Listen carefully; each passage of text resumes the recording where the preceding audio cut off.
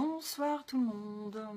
Alors ce soir je voulais vous parler d'un mot qui m'est cher et on en entend beaucoup parler, c'est le mot connecté, déconnecté, reconnecté. Donc c'est pas pour rien que j'utilise beaucoup ce mot pour mes stages, puisque je fais des stages de reconnexion à soi avec la nature, puisqu'en fait on est séparés. On est séparés de nous, on est séparé de la nature. Je veux dire, on s'est séparé de la nature. Malheureusement, ça a un effet dramatique. On le voit bien justement sur le fait de ne pas forcément prendre soin de la planète. Et bien, on n'en prend tellement pas soin qu'on ne prend pas soin de nous déjà à la base. Et c'est vrai que quand tout le monde disait oui, prends soin de toi, prends du temps pour toi, bah, je le faisais. Et puis je me disais mais je comprends pas, j'ai encore ces effets miroirs qui me disent mais Mathilde, tu ne prends pas en fait, tu n'as pas encore assez de respect pour toi.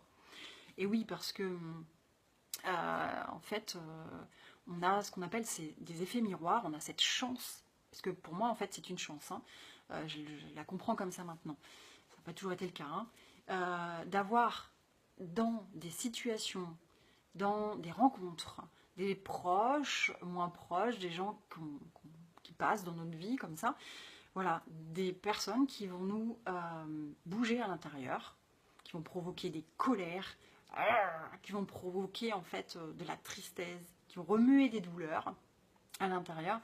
Et soit on résiste, voilà, on lâche pas prise, et ça fait mal. Soit en fait on se dit ok, j'ai compris. Et c'est vrai que quand on comprend, ça fait moins mal. J'ai compris que la personne, par exemple, au travail, qui appuie toujours là où ça fait mal, mais qu'est-ce qui m'embête celui-là, bon sang, et oh, c'est bon, il va arrêter. Eh bien non, c'est pas à lui d'arrêter, c'est à nous de comprendre que l'impact de cette personne, c'est qu'il y a quelque chose qu'on n'a pas encore travaillé sur nous. Alors je sais pas, si je prends du basique, cette personne me manque de respect, donc j'ai peut-être à travailler sur le respect vis-à-vis de moi-même déjà. Et à ce moment-là, en fait, je vais comprendre qu'il va falloir me respecter. Alors attention, en effet, le respect de soi, c'est pas forcément aller se faire les ongles toutes les semaines, aller se faire des massages, etc. Le respect de soi, il va jusqu'à l'écoute de soi. Hein, je sais de quoi je parle, voilà. Ça c'est fait, c'est-à-dire, ok, vous pouvez faire justement, prendre soin de soi, aller plus dans la nature, etc. Mais ne pas encore être dans cet aspect de l'écoute, en fait. De qu'est-ce que l'émotion va me faire, qu'est-ce que cette situation va déclencher en moi. Voilà, je vais prendre un exemple, il y a quelques jours, le jour de la nouvelle lune. Voilà, très beau nettoyage. Je me suis retrouvée avec de l'urticaire, là, partout, c'était magique. Et en fait, ben, soit en effet, je me dis, oh non, c'est pas juste. Soit je me disais, bah, ok, il est là, je vais pas interpréter. Je sais quand même que c'est lié à la communication, à l'expression de soi. Ok, alors, vu tout ce qui m'est arrivé, vu mon chemin, j'ai évidemment compris ce qu'il était temps d'assumer. Voilà, quoi, ouais, qui on est réellement.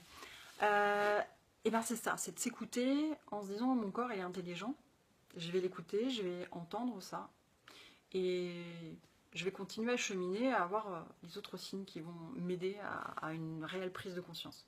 Et après, je passe à l'action quand même, hein, parce qu'il est temps quoi. Voilà, merci aux effets miroirs et à cette compréhension. Et s'il y a des personnes qui veulent avoir un petit peu plus d'infos sur ça, n'hésitez pas à me contacter ou à m'envoyer un message. Bonne soirée!